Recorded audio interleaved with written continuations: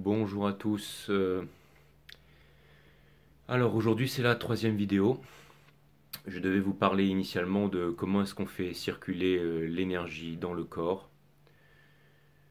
Mais je vais devoir repousser l'échéance une fois de plus parce qu'il faut que je vous parle tout d'abord de la méditation.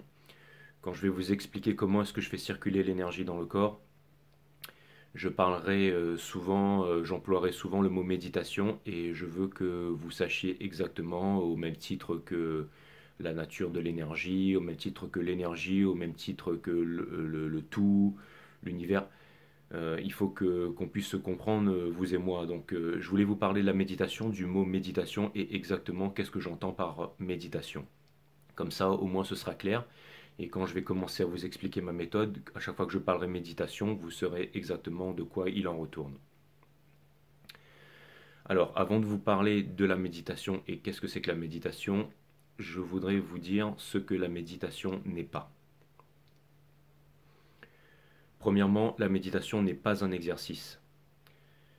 La méditation est quelque chose de naturel. La plupart des méditations qu'on peut trouver sur le marché, par exemple, ce sont des méditations marketing.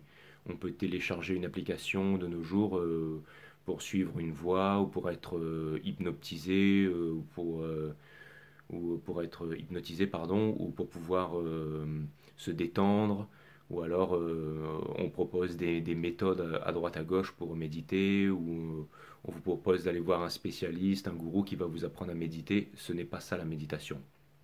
La méditation n'est pas une méthode. La méditation, c'est quelque chose de tout à fait naturel. J'aimerais en revenir donc à la trinité, la composante trinitaire de l'être humain. La première, c'est la partie matière. Pour pouvoir maintenir cette partie matière dans les meilleures conditions, il est essentiel de se nourrir. Alors il y a différentes façons de se nourrir. On peut se nourrir en mangeant, mais aussi on peut se nourrir en s'énergisant, en regardant la lumière du soleil, en apprenant à des techniques de respiration pour pouvoir puiser les protéines, pour pouvoir puiser l'énergie de l'air. Ça, ce sera pour un autre sujet un peu plus tard. Mais pour maintenir la matière, le corps en bonne santé, il faut se nourrir, d'accord? Si on ne se nourrit pas, on meurt, d'accord? Pour la partie mentale, il faut dormir, parce que si jamais on ne dort pas, on meurt aussi. On meurt pas, mais on devient fou. Si on passe plusieurs jours sans dormir, le cerveau ne pourra pas se reconditionner. Donc il est important pour la partie matière de se nourrir et il est important de dormir pour la partie mentale. D'accord? Maintenant, pour la partie sacrée, il est important de méditer. D'accord? Le devoir spirituel, c'est ça, c'est de méditer tous les jours pour pouvoir rentrer en connexion avec la nature, c'est-à-dire pour pouvoir s'unifier. C'est ça l'unification du moi en fait, c'est l'unification du corps. Mais c'est pas seulement en passant par des méthodes, en allant voir des médecins ou des psychiatres en fait. L'unification du corps, c'est l'unification de la trinité, de la composante de toute chose dans l'univers, c'est-à-dire l'unification de la matière, du mental et du sacré. Donc, si vous voulez, la méditation, c'est ce qui permet de remettre l'ordre à l'intérieur de soi. Donc, c'est une fois qu'on est en ordre à l'intérieur de soi, on peut vivre de façon ordonnée. On peut avoir des relations de façon ordonnée. Et si vous voulez, la méditation, c'est quelque chose de naturel. C'est-à-dire que c'est aussi naturel que de manger et de dormir. Et la méditation, elle est essentielle. Pourquoi? Parce que comme il est important de se nourrir pour la partie matière, comme il est important de dormir pour la partie mentale, il est important de méditer pour la partie sacrée. En définitive, c'est en méditant tous les jours qu'on peut se connecter avec le sacré, si vous voulez, qu'on peut apprendre à découvrir le sacré. Alors la méditation, qu'est-ce que c'est? Je le répète encore une fois, la méditation n'est pas un exercice, la méditation n'est pas une méthode, d'accord? La méditation n'appartient pas à une race ou à une religion, la méditation appartient à tout le monde. C'est aussi naturel que de manger ou de dormir. La méditation, qu'est-ce que c'est? La méditation, c'est l'observation de la conscience, ni plus ni moins. La méditation, c'est l'observation de la conscience dans sa globalité, dans sa totalité. Alors qu'est-ce que c'est que la conscience? La conscience, ce sont toutes les pensées, les images mentales, mais ce sont aussi les sensations, les émotions, les bruits. Euh, c'est vraiment tout ce qui se passe à l'extérieur et à l'intérieur du corps. L'observation de la conscience dans sa totalité, c'est l'observation de toutes ces émotions, de toutes ces images mentales, de toutes ces pensées. C'est la conscience dans sa globalité. C'est ça la méditation. L'observation de la conscience. Alors, physiologiquement, c'est quoi exactement? Comme on le sait, donc, toute chose dans l'univers est donc d'origine trinitaire, hein, est une trinité. Donc, si vous voulez, quand vous observez votre conscience, qu'est-ce qui se passe? D'accord? La conscience, c'est la maison des pensées, la maison des émotions, la maison des sensations. Quand vous vous observez de façon sérieuse, qu'est-ce qui se passe? Eckhart Tolle en avait parlé justement dans son livre Le pouvoir du moment présent. Physiologiquement, qu'est-ce qui se passe? Quand vous observez une pensée, cette pensée, elle s'annihile, elle disparaît. Mais le cerveau, d'accord, qui est la maison des pensées, son travail, son intelligence, c'est de reproduire une pensée qui arrive tout de suite derrière. Mais à force d'observer les pensées sans les juger, d'accord, le hiatus de non-pensée s'élargit.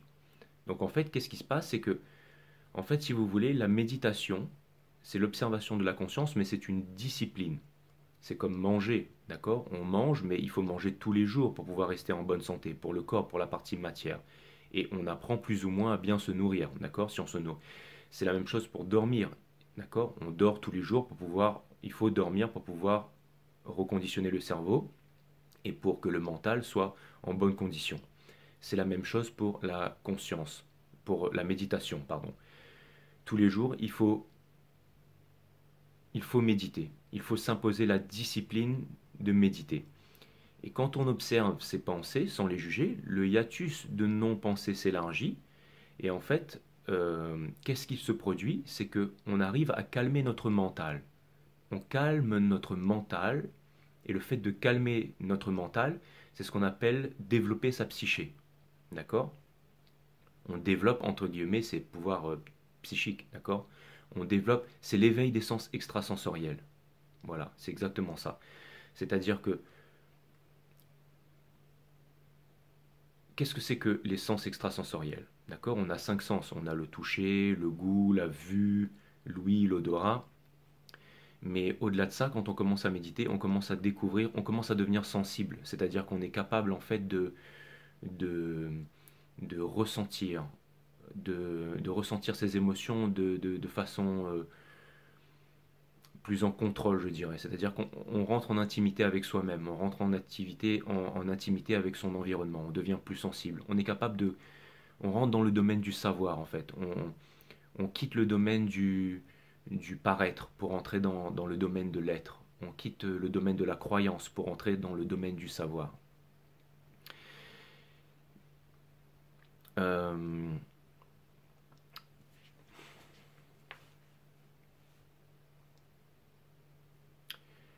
la méditation, c'est physiologiquement, on calme le mental. D'accord? Donc, comme on sait que l'être humain est une trinité, par exemple, le fait de calmer le mental, le fait de calmer le flot de pensée, la partie matière vient s'unifier avec la partie mentale, c'est-à-dire vient s'aligner avec la partie mentale.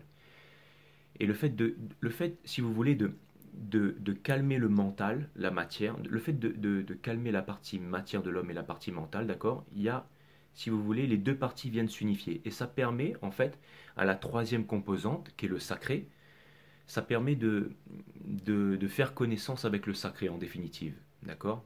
Maintenant, on sait que tout est sacré, hein. Tout est trinité, donc ça veut dire que tout dans l'univers comporte une partie matière, une partie mentale et une partie sacrée.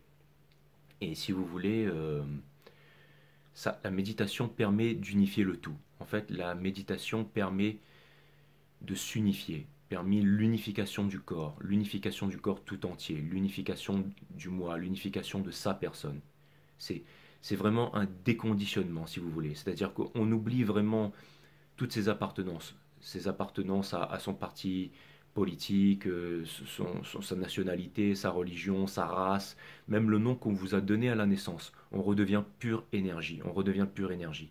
C'est pour ça qu'il est vraiment important de méditer pour pouvoir comprendre, mais pas seulement sur un plan intellectuel, mais vraiment ressentir que on fait partie d'un tout et que tout est interconnecté. Et le fait de ressentir et de savoir ça, de tenir ça pour acquis, le fait de pratiquer la méditation tous les jours, ça vous permet de vivre au diapason avec la vie, ça vous permet de vivre en harmonie avec la vie, avec vous-même et avec la vie. En fait, c'est une harmonisation du tout, la méditation. Et c'est pour ça que cette pratique, elle est très très très importante. Au jour d'aujourd'hui, si vous voulez, il y a beaucoup de méditation marketing. On va dans les montagnes, on se revêt d'un drap blanc ou orange et on se met à faire hum dans les montagnes ou alors tout un tas de simagrées.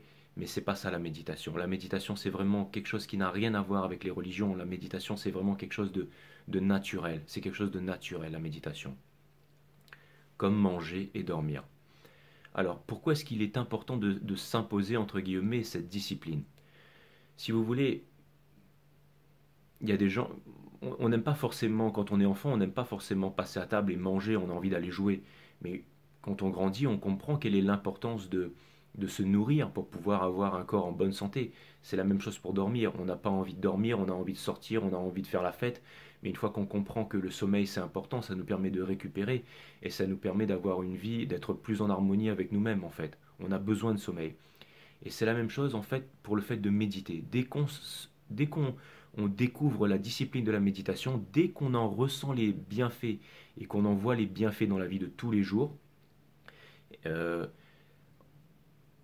on peut plus s'en passer. On peut plus s'en passer. Parce que ça nous devient essentiel. Ça nous devient essentiel pour pouvoir vivre de façon ordonnée, pour être ordonné à l'intérieur de soi et de ne plus vivre de façon névrosée. Voilà, la névrose est partout, on la voit partout, et de plus en plus. Elle a toujours été là, mais maintenant on va dire qu'elle se révèle au grand jour. Et le fait de méditer, ça nous permet vraiment de nous unifier et de pouvoir vivre de façon ordonnée. Et ça c'est très important, c'est très important. Donc je reparlerai de la méditation un peu plus tard, euh, plus en détail. Mais vraiment, aujourd'hui, je voulais vraiment vous dire ce que j'entends par méditation. Quand je parle de méditation, je ne parle pas d'éveil. Je parle de cette discipline qui consiste à observer la totalité de sa conscience. Quand on observe la totalité de sa conscience, on développe sa psyché. Et il est important d'avoir une psyché développée. C'est très important. Pourquoi? Hmm.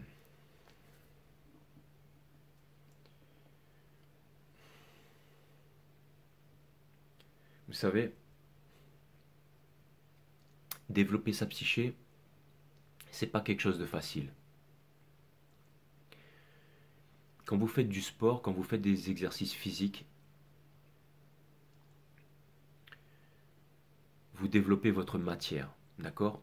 Un coureur qui débute, il va courir 3-4 km et le lendemain, il ne va pas courir 20 km tout de suite. Ça va prendre du temps avant qu'il puisse courir sur des longues distances, d'accord? Quand on fait du sport, on développe la matière, d'accord? Ses capacités physiques. Quand vous méditez, vous développez votre psyché. Alors c'est la même chose. Du jour au lendemain, vous n'allez pas couper le flot interminable de pensées qui se trouve à l'intérieur de votre cerveau, à l'intérieur de votre conscience. Mais à force de le faire un petit peu tous les jours, d'accord, quand on observe une pensée, cette pensée s'annihile, une autre arrive tout de suite derrière, mais à force d'observer sa conscience, à force d'observer pas uniquement ses pensées, mais toute sa conscience, le mental se calme. Le hiatus de non-pensée s'élargit, le mental se calme, Et petit à petit, la psyché se développe. Mais à force de pratiquer cette discipline tous les jours, eh ben, on passe de 10 secondes sans penser à 20 secondes, à 30 secondes, à 1 minute, à 2 minutes, à 4 minutes, à 5 minutes. Et après, on peut rester, si vous voulez, on a réussi à unifier son corps. Donc, on arrive vraiment à vivre de façon ordonnée, de façon connectée. Et on ne subit plus en fait la pression de son mental. En fait, c'est comme une bête fougueuse à l'intérieur de soi qu'on a réussi à domestiquer, à calmer, à apprivoiser en fait.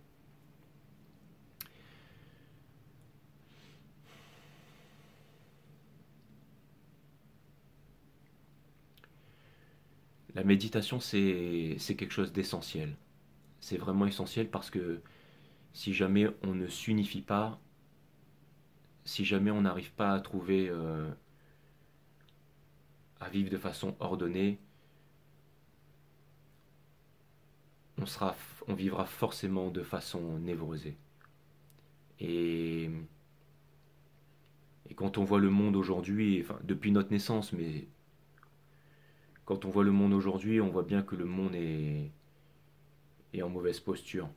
Et c'est pour ça qu'avant de vouloir changer les autres, avant de vouloir faire une révolution ou de vouloir établir une évolution, il faut, il faut faire une révolution intérieure, une révolution à l'intérieur de soi. Et c'est quand on arrive à unifier son corps, son esprit et le sacré en fait, quand on arrive à retrouver sa partie divine, quand on arrive à retrouver notre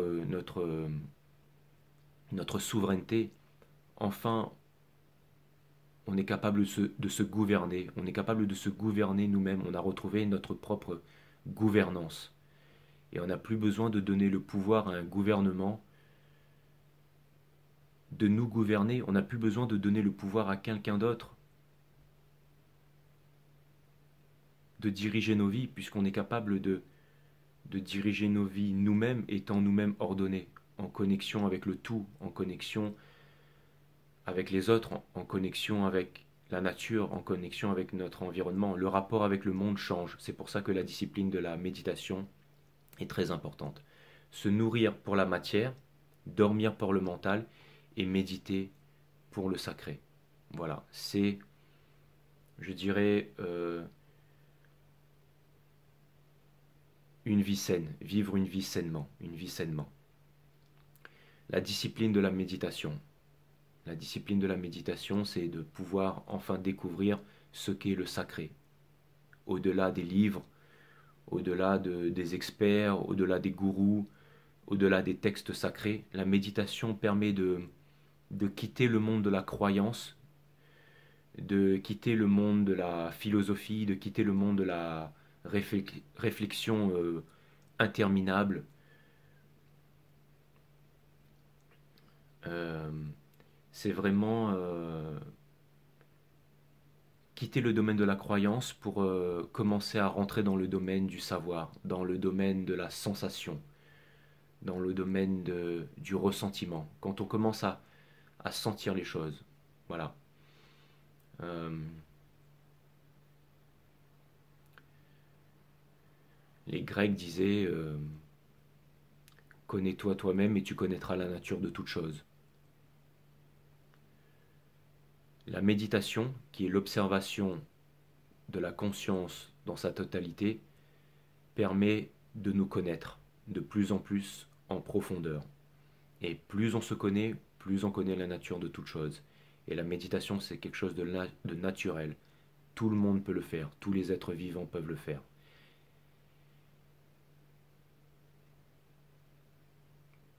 Et tous les êtres vivants doivent le faire.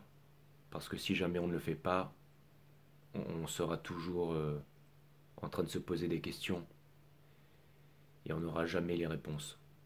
À chaque fois qu'on se pose une question, la vie nous donne les réponses, mais le problème c'est qu'on ne sait pas se poser les bonnes questions.